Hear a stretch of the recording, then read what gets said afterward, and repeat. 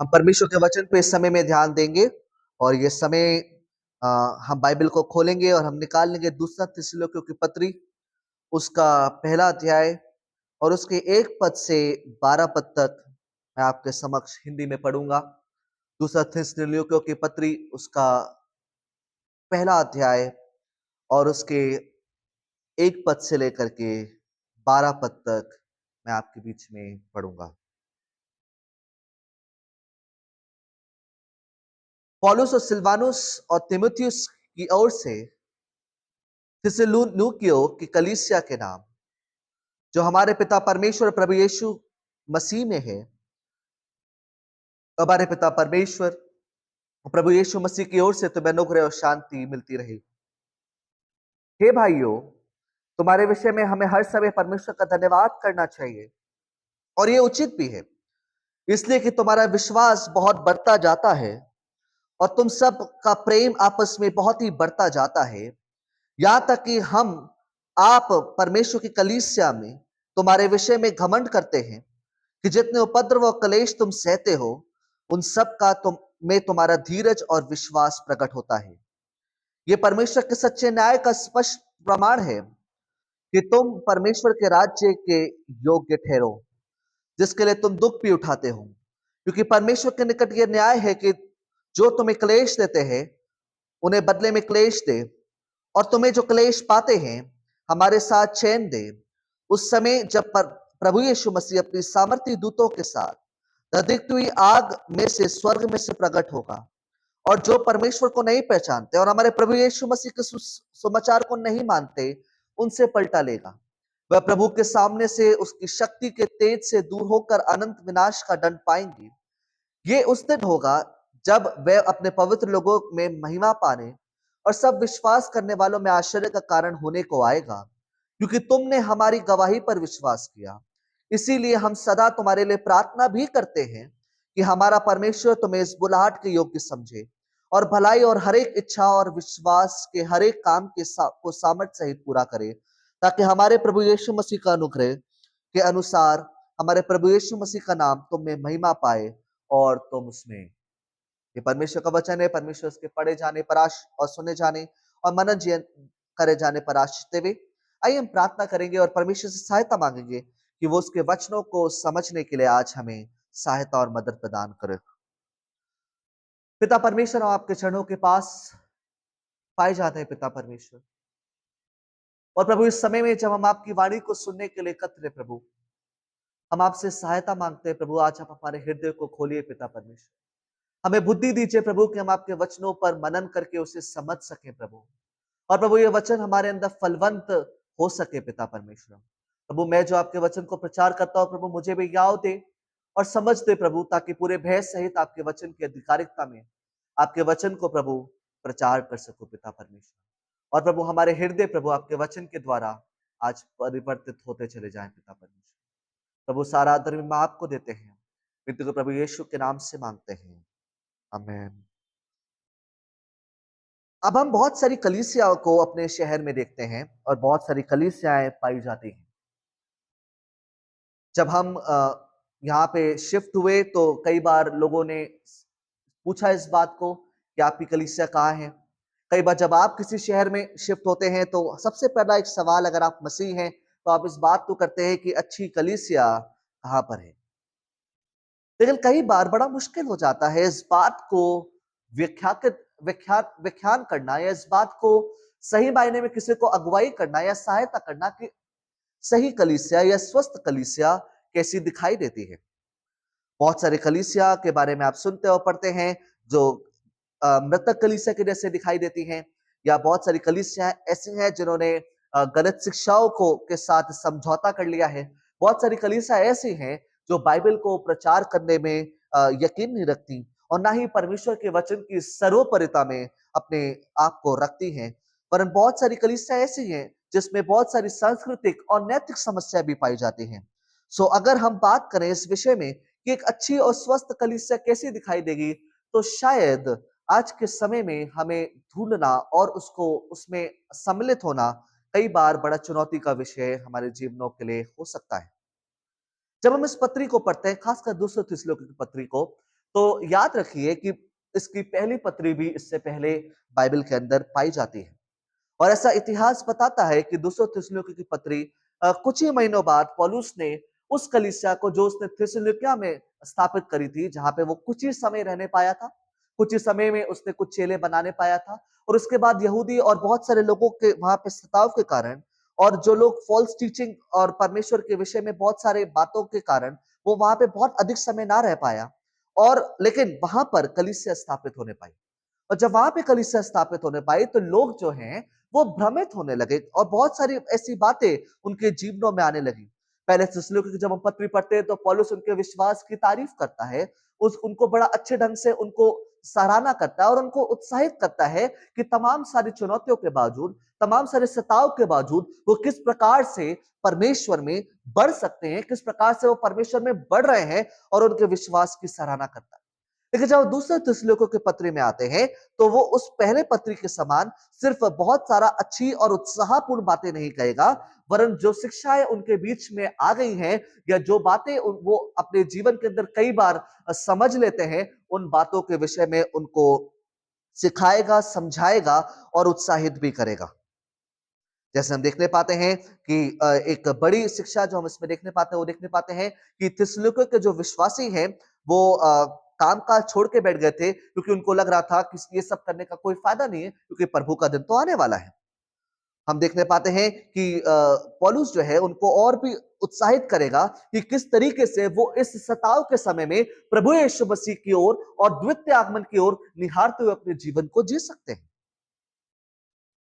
ये पहला थिस्सलुनीकियों के कॉन्ट्रास्ट में उसके विपरीतात्मक तरीके से ये बहुत सारा भावनात्मक पत्री नहीं है, वरन पौलुस इसमें उनको, जैसा मैंने बोला, कि सिखाएगा, उनको समझाएगा और उनको कड़ाई के साथ डांटेगा भी, जो लोग गलत तरीके से कुछ शिक्षाओं को अपने जीवन के अंदर ले आए हैं।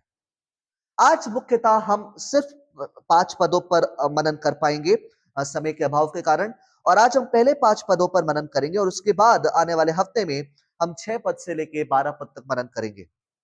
जब हम पहले आज 5 पदों पर मनन करेंगे तो एक मुख्य बात जो हम देखने पाते हैं, वो हम इस बात को देखने पाते हैं कि एक स्वस्थ कलीसिया किस बात से दिखाई देती है। एक अच्छी कलीसिया किस दृष्टिकोण से हम उसे देखने पाते हैं।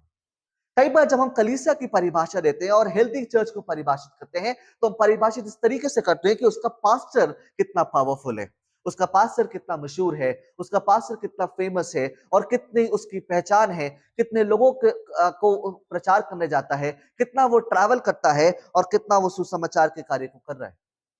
कई बार जब हम हल्दी कलीसिया की परिभाषा देते हैं तो हम इस प्रकार से देते हैं, उसमें कितने ज्यादा लोग आते हैं। अगर बहुत ज्यादा ज्यादा लोग आ रहे हैं, बहुत ज्यादा संख्या में लोग आ रहे हैं, तो हम कहते हैं कलीसिया बहुत अच्छी है, ये बहुत अच्छी कलीसिया है, प्रभु में बढ़ने वाली कलीसिया है, प्रभु में आगे ग्रोथ करने वाली कलीसिया। इस प्रकार से हम परिभाषित करते हैं। कई बार हम कलीसिया की परिभाषा इस प्रकार से देते हैं कि एक स्वस्थ कलीसिया वो है जिसमें लोग बहुत ज्यादा एनकरेज होते हैं, मोटिवेट होते हैं और उस मोटिवेशन के द्वारा अपने जीवन को जीते हैं। यानी एक मोटिवेशनल स्पीच वाली कलीसिया को कई बार हम हेल्दी कलीसिया के रूप में देखते हैं। और कई बार हमारे लिए स्वस्थ कलीसिया वो कलीसिया होती है जिसमें हम जाते हैं और हमें कुछ ऐसा सुनाई पड़ता है जिसको सुनने के बाद हमें ऐसा लगता है कि हम कितने महान हैं या हम कितने बड़े हैं। या कई बार हम परमेश्वर को इस तरीके से देखते हैं कि वो सिर्फ हमारे लिए हमारी जरूरतों को पूरा करने वाला परमेश्वर है। लेकिन जब हम खासकर इस पत्री को पढ़ेंगे तो हम कुछ विशेष बातों को देखने पाएंगे कि एक स्वस्थ कलीसिया का वर्तमान का दृष्टिकोण और एक स्वस्थ कलीसिया का आगे का दृष्टिकोण किस प्रकार से दिखाई देता है। हम पौलुस और सिलवानुस और तीमुथियुस इस पत्री को लिख रहे हैं, जिसका वर्णन पहले थिस्सलुनीके की पत्री में भी लिखा गया है, क्योंकि सिलवानुस और पौलुस, या जिसको हम सिलास भी कहते हैं, पौलुस के साथ इन यात्राओं पर है, और ये पौलुस की दूसरी मिशन यात्रा के दरमियान थिस्सलुनीके गया है। और ऐसा माना जाता है कि पौलुस कुरिन्थ में है और कुरिन्थ से ये पत्री को वो लिख रहा है। तीमुथियुस भी एक नया चेला है जो इफिसुस में से पौलुस के साथ ज्वाइन किया है, और इसलिए तीनों एक साथ में है, और इसलिए पत्री की जो व्याख्या है, पत्री की जो शुरुआत है, वो तीनों ही उसमें ग्रीटिंग्स को देने के द्वारा कर रहे हैं। हम इस बात को देखने और समझने पाते हैं कि पौलुस बात तो कहता है, और एक हेल्दी कलीसिया की परिभाषा इस प्रकार से देता है, एक वो कलीसिया जो पिता परमेश्वर और प्रभु यीशु मसीह में है। यानी एक ऐसी कलीसिया जो सुसमाचार में है, जो सुसमाचार केंद्रित है, जो सुसमाचार आधारित है और सुसमाचार के अनुसार अपने जीवन शैली को जीने का प्रयास कर रही है।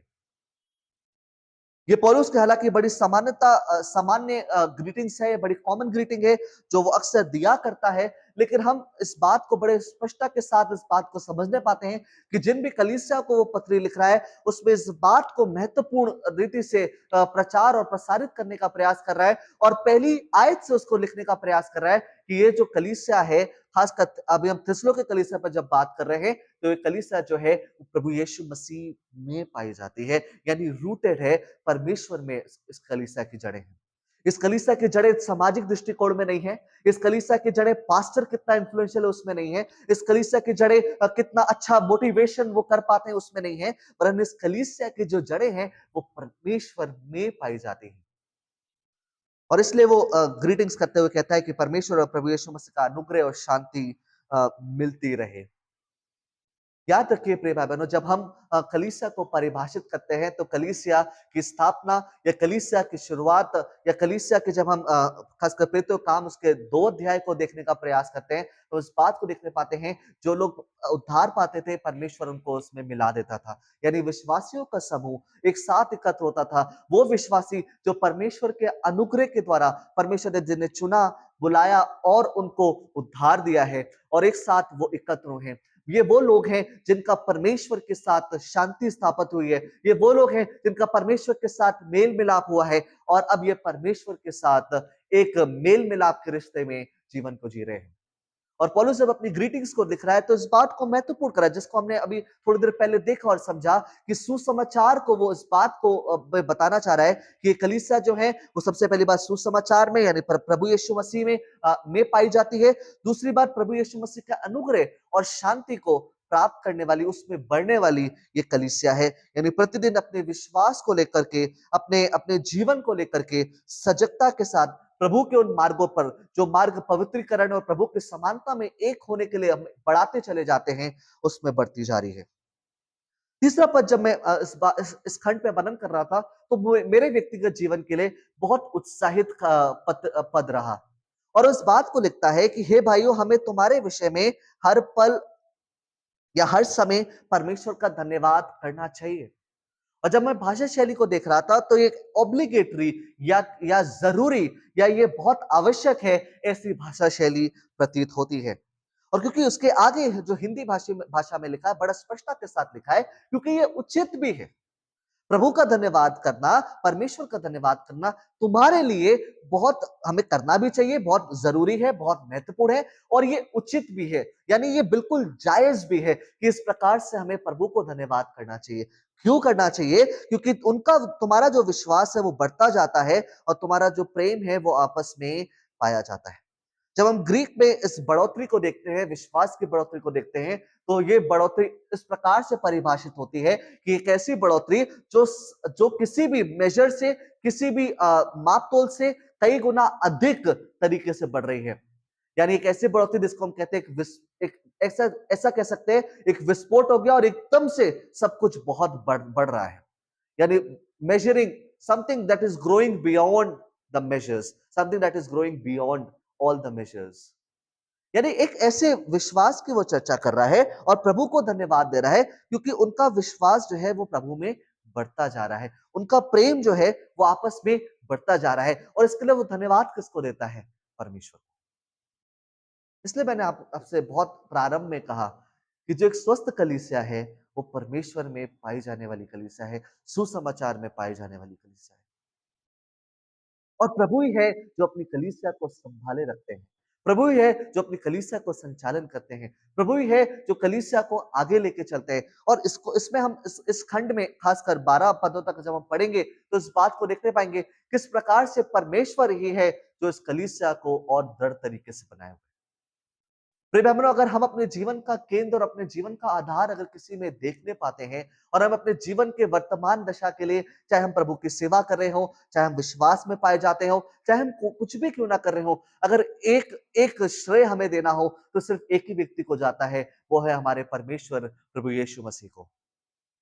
और पौलुस भी इस बात को कह रहे हैं ये तुम्हारे बहुत अच्छे कार्यों के अनुसार नहीं है, ये तुम्हारे बहुत अच्छी योजनाओं के अनुसार नहीं है, ये बहुत अच्छी प्लानिंग है, तुम बहुत अच्छे डिसाइपलशिप रन करते हो। हाँ, वो सारी बातें हो रही हैं, वो सारी बातें महत्वपूर्ण है, लेकिन सारी बातों में परमेश्वर ही है जो इस कलीसिया को संचालित कर रहे हैं, परमेश्वर ही है जो कलीसिया को बढ़ने के लिए सहायता मदद कर रहे हैं। और इसलिए पौलुस परमेश्वर को क्या करते हैं?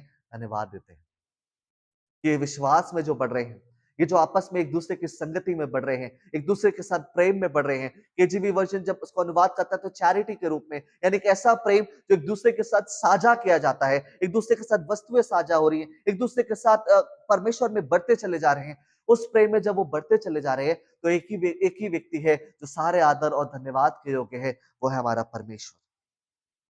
और जब हम इस बात को देखते हैं, इस बात को यहाँ पढ़ते हैं, तो हम इस बात को भी देखने पाते हैं, ये कलीसिया जिस समय से गुजर रही है, वो समय कोई बड़ा आसान समय नहीं है, बड़ा हंसी खेल का समय नहीं है, बड़ा आनंद का समय नहीं है कि सब कुछ बड़ा नॉर्मल चल रहा है और इसलिए वो विश्वास में और एक दूसरे के प्रेम में बढ़ते चले जा रहे हैं। ये जिस समय में है, जो कलीसिया सामना कर रही है, वो एक सताव का सामना कर रही है, जिसमें आपस के समाज के लोग, जिसमें आसपास के लोग उनके विरोध में खड़े हैं, उनको परेशान कर रहे हैं, उनके ऊपर आरोप लगा रहे हैं, उनको हर तरीके से सताया जा रहा है, मानसिक रीति से, भावनात्मक रीति से, और हर तरीके से वो चुनौतियों का से संघर्ष करते हुए अपने जीवन को जी रहे हैं। और पौलुस इस बात तो कहता भी है चौथा पद में कि जितने उपद्रव और कलेश तुम सहते हो, यानी something that is very serious, persecution is very serious in this church, और एक बड़े उपद्रव और कलेश से जब भी गुजर रहे हैं, तब इनका विश्वास जो है वो हर एक बातों से, हर एक मेजर से बढ़ता चला जा रहा है, और साथ ही साथ उनका प्रेम भी आपस में बढ़ता चला जा रहा है।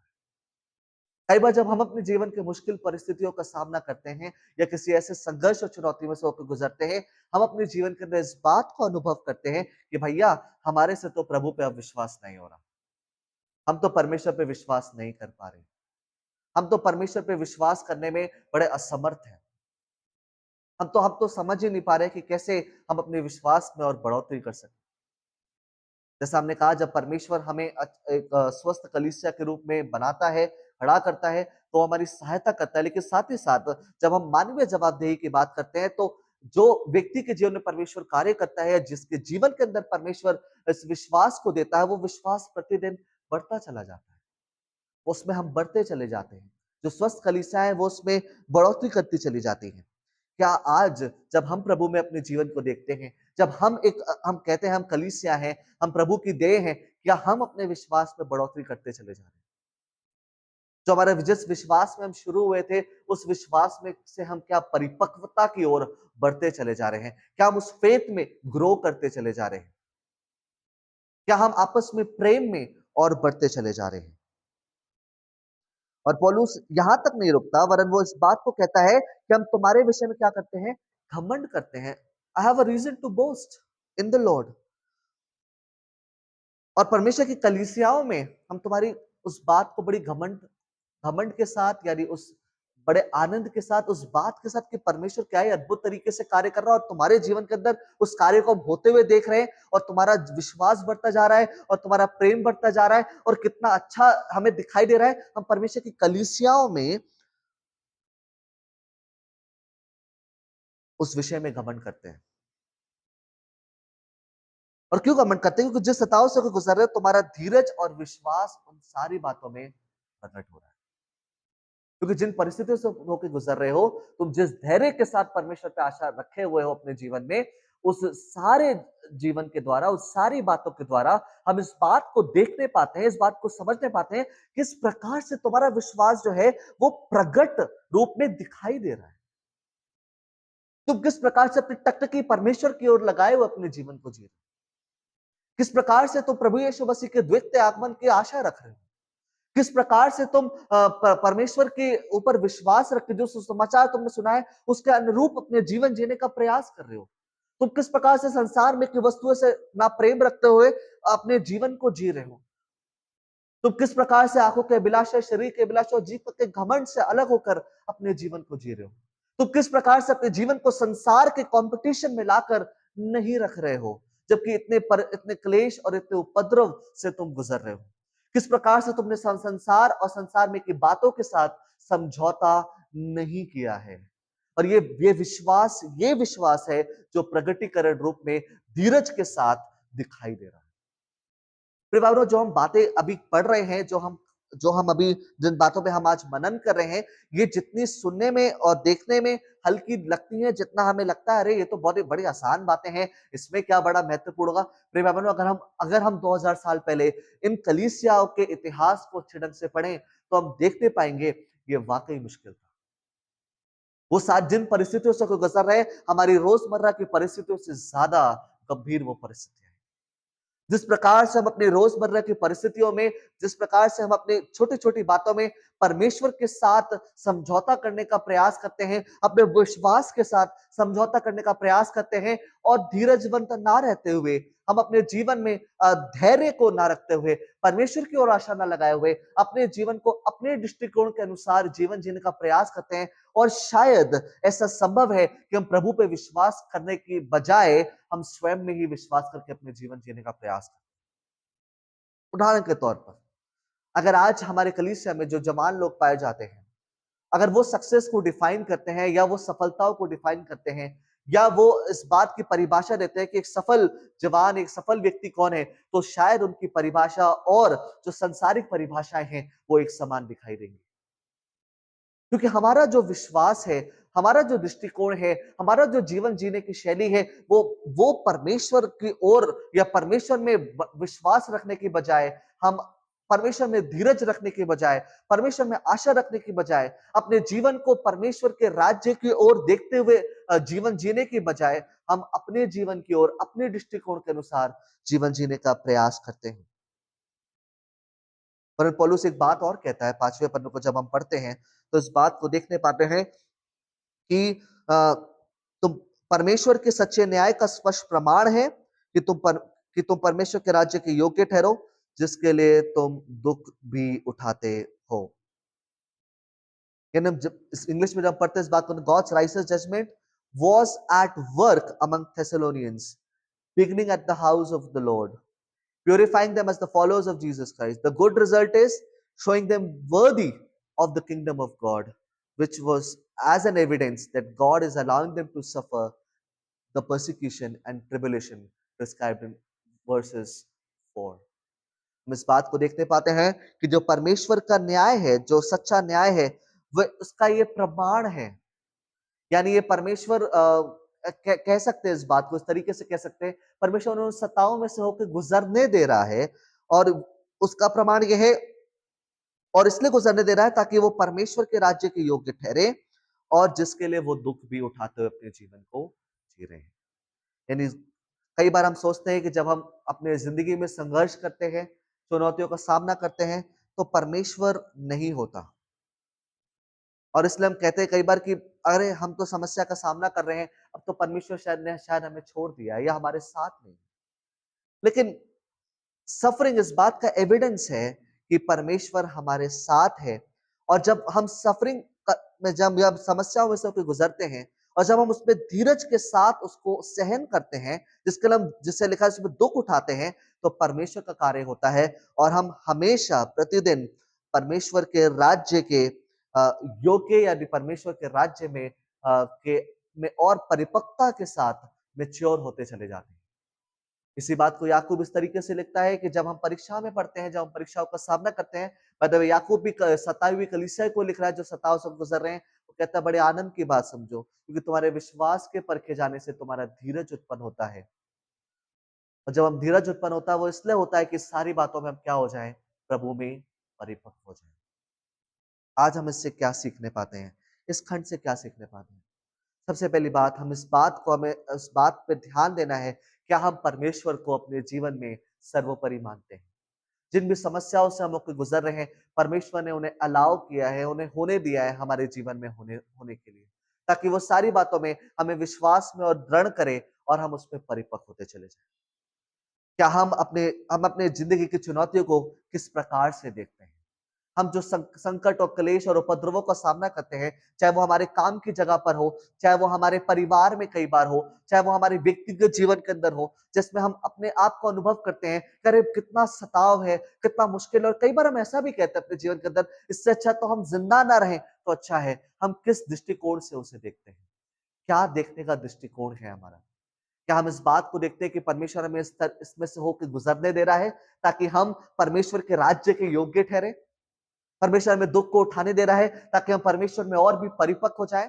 या हम सिर्फ परमेश्वर के खिलाफ कुड़कुड़ाने और बुड़बड़ाने लगते हैं और इस बात को कहते हैं, परमेश्वर तू कहाँ है? तूने तो हमें छोड़ दिया है, तू तो हमारे साथ नहीं है और तू हमारी सुध ही नहीं लेता। और यह तमाम सारी बातें हम परमेश्वर के विरोध में सिर्फ कुड़कुड़ाने और बुड़बड़ाने के द्वारा हम करते हैं।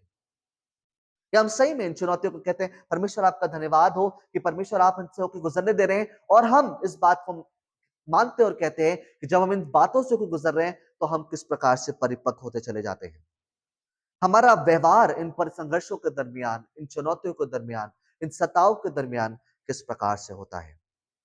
मैं आपको एक बात बताना चाहता हूं, अभी जब हम समय में रह रहे हैं, उस समय में कलीसिया काफी सताव से गुजरे, खासकर हमारे देश में। और अगर मैं जिस राज्य से आता हूं, उत्तर प्रदेश, अगर उसकी बात करूं तो और भी सख्त हो गए हैं, और भी मुश्किल परिस्थिति आ गई है, और बहुत सारे लोग अपने विश्वास को छोड़ करके परमेश्वर से पीछे हटते चले जा रहे हैं। हो सकता है वो सताव आज हमारे ऊपर ना हो, या हम उस सताव से कभी ना गुजरे हों, लेकिन जब हम अपने जीवन में छोटे छोटे छोटे छोटे बातों में, छोटे छोटे संघर्षों में परमेश्वर पे अविश्वास करते हैं और अपने विश्वास में बने नहीं रहते, तो क्या हमारा हमारा जो तुलना है वो उन लोगों से के समान नहीं है? क्या हम भी, जो लोग अपने विश्वास को छोड़ करके परमेश्वर से पीछे हट जाते हैं, क्या हम भी अपने जीवन को वैसा नहीं जी रहे? क्या हम भी अपने आप को परमेश्वर के सिंहासन पे बिठा करके सब अपने आप को परमेश्वर मानने लगते हैं और कहते हैं, ये जीवन में तो भैया हमें अपने हिसाब से अपने जीवन को जीना है, अपनी समझ का सहारा लेते हैं, और वरन संपूर्ण मन से परमेश्वर पर भरोसा रखने की बजाय, वरन परमेश्वर से बुद्धि मांगने की बजाय, जब हम इस परिस्थितियों का सामना करते हैं तो हमारे जीवन को देखने का दृष्टिकोण किस प्रकार से है? हम किसकी ओर निहारते हुए अपने जीवन को जीते हैं? और जब हम इस खंड में पढ़ते हैं, हम इस बात को देखने पाते हैं, उनका विश्वास कल्पना से परे बढ़ता चला जा रहा है। और क्यों बढ़ पा रहा है उनका विश्वास? क्यों वो अपने विश्वास में बढ़ोतरी कर पा रहे हैं? क्योंकि उनका दृष्टिकोण किसकी ओर है? प्रभु यीशु मसीह के द्वितीय आगमन की ओर, जिसको हम आने वाले दिनों में और भी गहराई के साथ देखने और समझने पाएंगे। जो हमने खंड पढ़ा आज 12 पद तक, हम उसमें भी देखने पाते हैं पौलुस भी उनको उत्साहित करता है, क्योंकि उनका जो दृष्टिकोण है वो प्रभु यीशु मसीह के उस सिद्ध राज्य की ओर है, जो उनका हमेशा का घर है, जिसमें वो हमेशा के लिए रहेंगे। पहला पत्र इस प्रकार से कहता है कि हम इस पृथ्वी पर परदेसी और यात्री हैं, और ये हमारा घर नहीं है। This is not our home, this is not the place we are called to live for. कई बार हम सोचते हैं अपने जीवन के अंदर, मैं जब बहुत छोटा था, बड़ा आपको एक बचकाना सा इलस्ट्रेशन लगेगा, लेकिन ऐसा ऐसा मैं सोचा करता था, क्या मैं इसलिए आया हूं कि मैं पढ़ाई करूं, उसके बाद अच्छी जॉब करूं, और उसके बाद फिर थोड़ा कमाऊं, और उसके बाद उस पैसे के अनुसार अपने परिवार को जो भी परमेश्वर देगा उसको देखते हुए अपने जीवन को खत्म कर दूं? क्या this is what the life is all about? क्या यही सिर्फ जीवन का सार है? और मैं अपने जीवन में बड़ा सोचा करता, this is such a regular life. क्या ये सिर्फ एक रेगुलर लाइफ है, और इसी को तो सभी लोग जी रहे हैं, जो कि जरूरी भी है। मैं उसको डिनाई नहीं करता। हाँ, परमेश्वर ने हमें जिम्मेदारियां दी हैं, हमें उसका निर्वाह करना है, हमें उनका संचालन करना है, सारी बातें हैं। लेकिन जो मुख्य बात है वो ये है, क्या हम पृथ्वी को अपना घर मान के अपने जीवन को जीते हैं? हम सच में उस सिद्ध आगमन का इंतजार कर रहे हैं, जिसके आगमन के विषय में पौलुस थिस्सलुनीके के विश्वासियों को अपनी पत्रियों में लिखते हुए उत्साहित करता है। इनका विश्वास इस तरीके से आगे बढ़ता चला जा रहा है क्योंकि ये परमेश्वर के पुत्र प्रभु यीशु की ओर निहारते हुए अपने जीवन को जीते जा रहे हैं। प्रिय भाई बहनों, आज हमारा जीवन को देखने का नजरिया में हमारा दृष्टिकोण किसकी ओर है? When we view life, मैं इसको इस प्रकार से उसको इलिस्ट्रेट करता हूं कि जब हम माइक्रोस्कोप यूज करते हैं तो हम मैग्नीफाई करने के लिए यूज करते हैं चीजों को। When we view our life, what is our microscope? वो माइक्रोस्कोप क्या है हमारे लिए? What is the lens that is being used to view life? General photographer है, उसको पता है कि जब फोटो खींची जाती है तो lens is the medium to view an object. तो कैमरा तो जो फोटोग्राफी कर रहा होता है वो ऑब्जेक्ट को नहीं देख रहा होता, वस्तु को नहीं देख रहा होता, और लेंस से उसे जैसे दिखाई देता है, उसके अनुसार वो एडजस्ट करता है, उसके अनुसार वो सारी प्रक्रिया करता है। आज हमारे जीवन को देखने का या जीवन जीने का जो दृष्टिकोण है, या जीवन को जो देखने का हमारा जो मोड है या मीडियम है, वो क्या है? क्या वो प्रभु यीशु मसीह है? क्या हम प्रभु यीशु मसीह की ओर अपनी दृष्टि को लगाए हुए जीवन को जी रहे हैं? क्योंकि कैसे हम अपने विश्वास में ग्रो करेंगे? कैसे हम एक-दूसरे से प्रेम करने पाएँगे, जब हम अपने जीवन में बहुत सारी चुनौतियों का सामना कर रहे हैं? जब अपने जीवन में अपने बॉस के साथ संघर्ष कर रहे हैं, अपने जॉब पे संघर्ष कर रहे हैं, अपने फ्यूचर को लेकर अनसर्टेन है, कैसे हम विश्वास में बढ़ पाएँगे? सिर्फ एक दृष्टिकोण को लगाएँ, वो है प्रभु यीशु मसीह की ओर। आज की सुबह में प्रिय भाई-बहनों, let's look on the Lord. प्रभु यीशु मसीह की ओर अपनी दृष्टि को लगाएँ। प्रभु यीशु मसीह के अगर आपको आज भी लगता है कि मैं असमर्थ हूँ अपने विश्वास में बढ़ने में, और जहाँ मैंने शुरू किया था आज भी वहीं पाया जाता हूँ। आज मैं परिपक्व नहीं हो पाया मसीह में। आज भी शायद मुझे दूध की आवश्यकता है बनिस्बत अन्न के। तो परमेश्वर हमें आज आमंत्रित करते हैं, आओ और मुझ पर विश्वास करो। मुझको जानो और मेरी ओर अपनी दृष्टि को लगाओ। तब हम अपने जीवन के इस नैया में, इस जीवन के इस नौका में, हम अपने जीवन में अच्छे ढंग से, हम अपने जीवन को सही तरीके से व्यू करते हुए अपने जीवन को जिएँ। इसलिए जब मैं इस सरमन को बना रहा था और ये जब इसको अध्ययन कर रहा था, मैं बहुत सारे टाइटल सोचे, और इसलिए मैंने टाइटल उसका शुरुआत में नहीं बोला आज आपको। बट बहुत सारी बातें जब मेरे दिमाग में आ रही थी कि इसको मैं विश्वास के अनुसार बोलूँ, या मैं इसको suffering is from the Lord, हमें परमेश्वर के योग्य बनाती है। बहुत सारे विचार आए थे। लेकिन एक विचार जो उस समय आया मेरे मन में, वो ये था, the right perspective of life. जीवन जीने का सही दृष्टिकोण क्या है?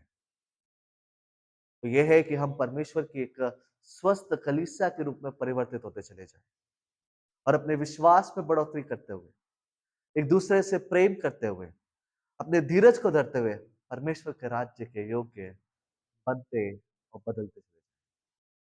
फिर हमारे विश्वास का आधार है कौन? प्रभु यीशु मसीह। इसलिए आइए और उस पर विश्वास कीजिए। वो आज हमें आमंत्रित करते हैं। हमें हमें हमें बुलाते हैं कि आओ और मुझ पर देखो और विश्वास करो।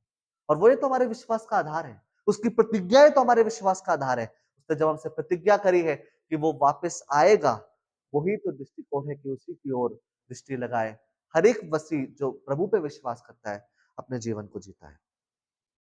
आने वाले हफ्ते में हम इस बारे में बात करेंगे, किस प्रकार से पौलुस उनको उत्साहित करता है, और कैसे और किन बातों पर हम दृष्टिकोण लगाए हुए अपने जीवन को हमें जीना है। ये सीरीज को हम द राइट पर्सपेक्टिव को हम कंटिन्यू करेंगे नेक्स्ट संडे भी, और अगर आप और भी जानना चाहते हैं, you are free to join us next Sunday at same time. आज हम ही रुकेंगे। परमेश्वर हम सबको आशीष देवे। आइए हम प्रार्थना करें। पिता परमेश्वर, हम आपके चरणों के पास है प्रभु, और आपको धन्यवाद और स्तुति वंदन करते हैं पिता परमेश्वर। प्रभु, हम अपने जीवन के अंदर बहुत सारी बातों से गुजरते हैं प्रभु, और शायद अगर हम प्रथम कलीसिया से इस बात की तुलना करें प्रभु, तो हम अपने आप को आज बेहतर दशा में पाते हैं। लेकिन प्रभु, जब हम अपनी दशा को उनके विश्वास और उनके जीवन शैली से तुलनात्मक तरीके से देखते हैं प्रभु, तो हम इस बात को देखने पाते हैं कि आज हम उस दशा में अपने आप को कमजोर पाते हैं। और हम अपने जीवन का एक अलग ही दृष्टिकोण प्रभु, जिसमें हम अपने जीवन को अपने अनुसार जीवन जीने का प्रयास करते हैं प्रभु, उसी दृष्टिकोण के अनुसार जीवन जीने का, बढ़ाने का हम प्रयास करते हैं प्रभु। प्रभु, आपने आज हमें अपना वचन दिया है पिता परमेश्वर। अब हमारी सहायता कीजिए प्रभु, ताकि हम इस वचन में के अनुसार और भी बढ़ सके प्रभु, आप में दृढ़ हो सके पिता परमेश्वर, और प्रभु आपके राज्य के योग्य बनते चले जाएं प्रभु।